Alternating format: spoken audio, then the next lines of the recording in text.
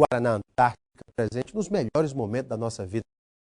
Guaraná Antártica, distribuído no Acre pela Acrebir, distribuidora Ambev. Gente, eu tenho o prazer de bater um papo com o jornalista, o escritor, o ex-correspondente da revista Veja para a Amazônia, autor de 3 best-sellers, porque o próximo já está saindo também, é best-seller. Laurentino Gomes, que está no Acre pela 2ª vez como escritor, mas já esteve aqui diversas vezes como jornalista, correspondente da revista Veja. Jornalista muito conceituado, premiado. A gente vai falar um pouquinho, preciso, claro, primeiro cumprimentar. Laurentino, muito boa noite. Muito boa noite, Thiago. Tudo bem? Tudo bem. Grande prazer estar aqui, viu? Laurentino Gomes, nascido em Maringá, formado em jornalismo pela Universidade Federal do Paraná, com pós-graduação em administração pela Universidade de São Paulo. Autor de 1808, sobre a fuga da família real portuguesa para o Brasil, Laurentino Gomes ganhou o prêmio Jabuti, um dos mais conceituados, talvez o mais importante prêmio da Câmara Brasileira do Livro, nas categorias Melhor Livro-Reportagem e Livro do Ano de Não Ficção. Vendeu até o momento 750 mil exemplares. Isso é uma enormidade para o mercado editorial brasileiro.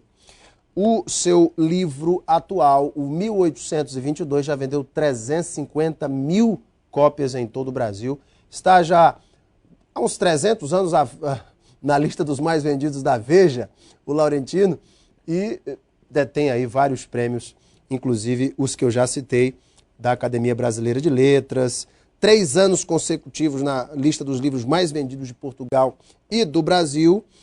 E, como já falei, trabalhou como repórter e editor para o jornal Estado de São Paulo, a revista Veja, foi diretor da Editora Abril, é membro titular da Academia Paranaense de Letras e do Instituto Histórico e Geográfico de São Paulo. Ufa, Laurentino. Acabei, rapaz. É muita coisa, muita né? Coisa. Daqui a pouco o pessoal ia me bater em casa. Alan, deixa eu me falar. Deixa só biografia. Laurentino, que bom. 2ª vez para Sempre um Papo aqui no Acre. Foi, exatamente. Você sabe que eu vim ao Acre várias vezes quando eu era repórter da Veja na Amazônia. Tive o privilégio de entrevistar o Chico Mendes em 84, 85, fui a Chapuri. Mas agora é a 2ª vez que eu volto como escritor, por esse programa Sempre um Papo, que é um projeto muito interessante de incentivo à leitura, começado em Minas Gerais e replicado em Rondônia, no Acre. E ele tem esse poder de aproximar os leitores do universo dos livros, o que é uma coisa muito importante. Com seus autores. Né? Exatamente, de fazer com que os leitores entendam mais o propósito do escritor e discutam, tirem dúvidas a respeito das suas obras. Então é um privilégio estar aqui para participar desse programa. Falando antes do 1808, que foi um sucesso estrondoso, até hoje ainda é um sucesso editorial muito grande, você esperava que o livro bombasse desse jeito, Laurentino? Não, eu nunca imaginei. Aliás, você sabe que eu tenho um amigo editor em São Paulo, muito experiente, e quando ele soube que eu ia escrever um livro sobre Dom João VI, ele me deu um conselho decisivo. Ele falou, Laurentino, troca de ideia. Esse livro ninguém quer ler. História do Brasil, já tem tanta coisa a respeito. Ele tinha certeza absoluta que a história do Brasil era um assunto que não interessava a ninguém. E, de fato, ele tinha uma certa razão, né? É porque os livros de história, no meu tempo, às vezes eram muito maçantes, alguns detalhes que são deliciosos nos teus livros passavam despercebidos. Infelizmente, eu acho que a história, às vezes, é ensinada nas escolas como se fosse matemática, química, biologia. O que desestimula a leitura. Os estudantes são estimulados a decorar datas, nomes e acontecimentos que eles não relacionam entre si, né? Mas aí, para minha surpresa, o livro realmente se tornou um best-seller, teve uma repercussão enorme no Brasil e em Portugal, o que desmente a ideia de que, primeiro, o brasileiro não lê. Isso não é verdade. O brasileiro gosta de ler livros, sim. Verdade. E não lê só autoajuda, esoterismo, literatura barata. Se você fizer um livro de história do Brasil, com uma linguagem acessível... Com qualidade editorial. Com qualidade, boa pesquisa. O leitor se interessa por ele. E dá o feedback. Exatamente. Tem muitos comentários nas redes sociais. Isso é uma coisa impressionante, né? Como as pessoas replicam seus pontos de vista, seus comentários, suas ideias sobre livros. Como é que isso é contigo, Laurentino? Comigo é muito intenso, até porque eu uso muito as redes sociais para divulgar o livro, ouvir a opinião dos leitores, ouvir críticas, ouvir elogios. E é uma coisa impressionante, eu estou com 6.500 seguidores no Twitter, mais de 3.000 no Facebook, e eu sempre procuro ter uma estratégia multimídia, viu? Me comunicar com os leitores, não só por um livro em papel, mas pelo Facebook, pelo Orkut, pelo Twitter, tem site, tem e-book, tem livro em áudio. Acho que é importante você pensar em diferentes formatos para incentivar o interesse das pessoas por uma obra que não necessariamente tem que ser apenas lida no papel. Ainda sobre o 1808, porque eu vou falar agora do 1822, pegar um trechinho aqui do site da Livraria Cultura, tem aqui que eu acho muito legal, tem aqui na Livraria Cultura e tem alguns... Decisão às pressas. Somente quando pressionado pelo avanço das tropas napoleônicas do general Junot, em fins de 1807, e pressionado pela Inglaterra, a decisão foi tomada de maneira tão apressada e atabalhoada que muitos bens, eu aqui me refiro da fuga da família real portuguesa para o Brasil, naquela data, que muitos bens dos fugitivos para o Brasil ficaram empilhados no cais. Bagagem, livros da Real Biblioteca, prataria saqueada de igrejas, etc. Além disso, as embarcações vieram todas apinhadas de gente, sem os cuidados técnicos necessários a uma tão longa travessia, levaria cerca de 3 meses para atravessar o Atlântico, nas rústicas naus da época. Pelo menos 2 navios sequer conseguiram zarpar, e o suprimento dos que zarparam no dia 29 de novembro de 1807 mal eram suficientes para 2 ou 3 semanas. Foi sem dúvida uma fuga apressada e decidida às pressas, e sem a escolta britânica a prover quase tudo o que faltava, a viagem estaria fadada a uma tragédia. São histórias que os livros de história não contam, Laurentino. Isso é... Como é que você chegou a essas pesquisas? Como é que você encontrou esse material? Pesquisando, assim, essa história está contada nos livros, agora são fontes não dessa diversas. Maneira. Não dessa maneira, claro. Às vezes até eu brinco com os meus amigos que o meu destino é ler livro chato para fazer livro interessante. Gostoso de ler, legal. Porque eu leio muito e tal. Agora essa informação, geralmente ela está contada numa linguagem muito árida, uma linguagem difícil de ser entendida, né? Agora tudo está lá. Então qual é o meu papel? É pesquisar essas informações e contar numa estrutura narrativa que as pessoas consigam entender, se divertir. Você privilegia os fatos pitorescos nos teus livros? Essa tem que ser uma... Sim, eu acho que essa é uma mistura muito sutil, né? E a história brasileira é cheia dessas coisas, né? Tem muita coisa engraçada, tem personagem pitoresco, caricato. Agora, não pode ficar só nisso. Eu acho que o bom humor, a caricatura, ajuda a atrair a atenção de um leitor, às vezes, mais leigo, né? Mas uma vez tendo capturado a atenção desse leitor, é preciso dar um mergulho um pouco mais profundo. Não dá para ficar só no caricato, porque senão o livro fica banal. Fica banal. E ele não contribui para a educação, que esse é acho que é o objetivo final, né? Como fazer com que as pessoas se interessem pela história do Brasil. 1822 já conta um outro momento da história do Brasil, o momento da independência, e tem aqui uma leitura interessante. Quem observasse o Brasil em 1822 teria razões de sobra para duvidar de sua viabilidade como nação independente e soberana. De cada 3 brasileiros, 2 eram escravos, negros, forros, mulatos, índios ou mestiços. Era uma população pobre e carente de tudo, que vivia à margem de qualquer oportunidade em uma economia agrária e rudimentar, dominada pelo latifúndio e pelo tráfico negreiro.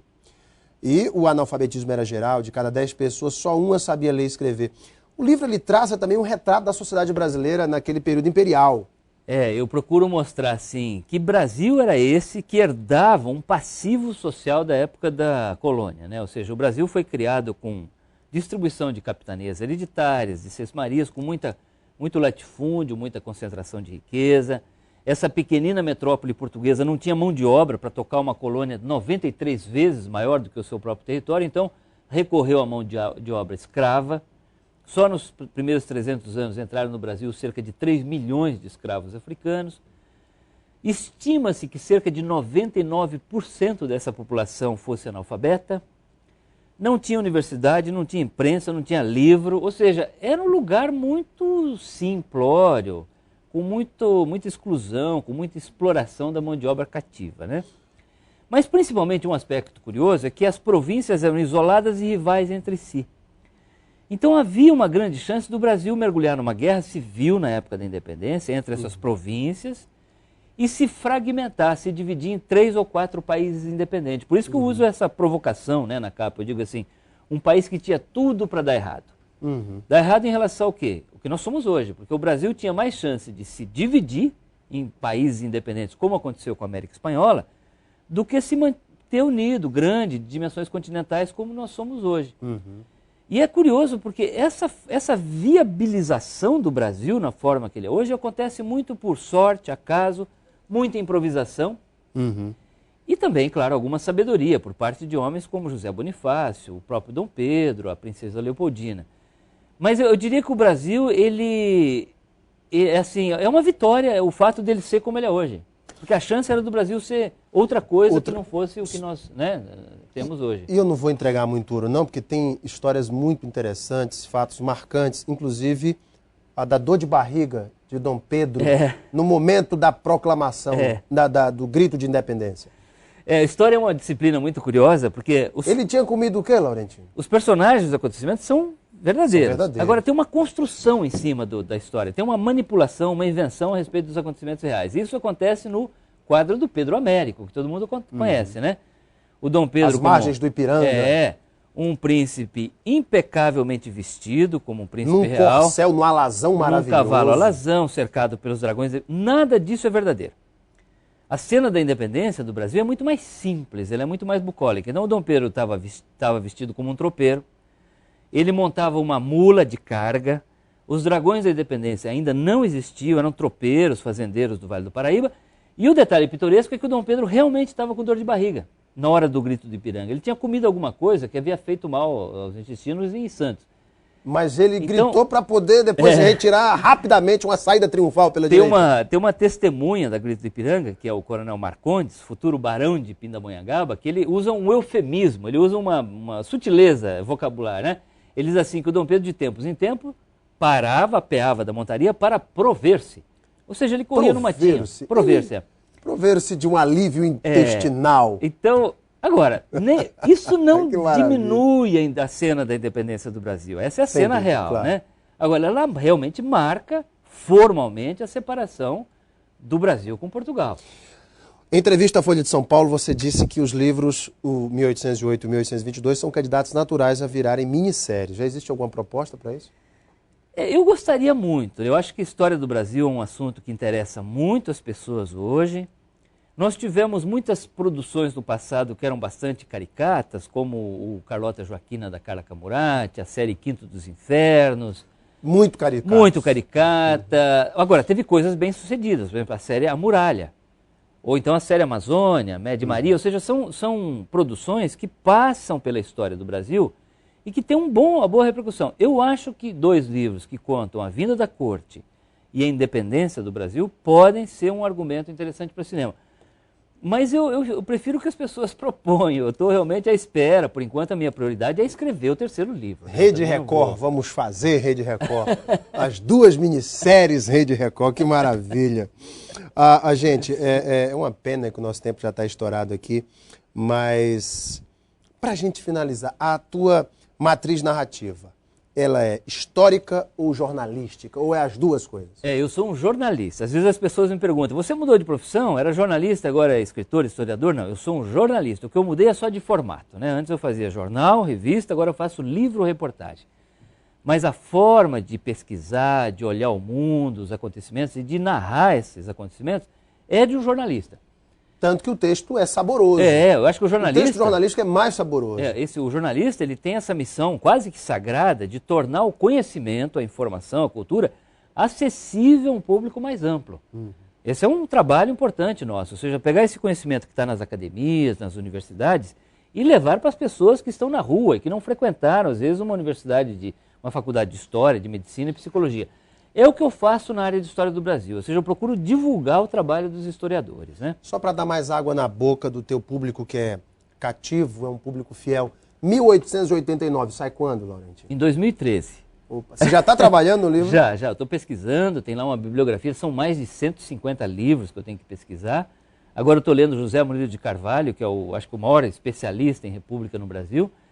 E eu pretendo mostrar o que foi esse final de Segundo Reinado, esse personagem interessante, Dom Pedro II, a proclamação da República no dia 15 de novembro de 1889, que vem num golpe militar, com pouca participação das pessoas, desconectado também da população, das ruas, logo vira uma ditadura com Floriano Peixoto, mas é um acontecimento muito importante de ser olhado com detalhe e também com um olhar jornalístico, né?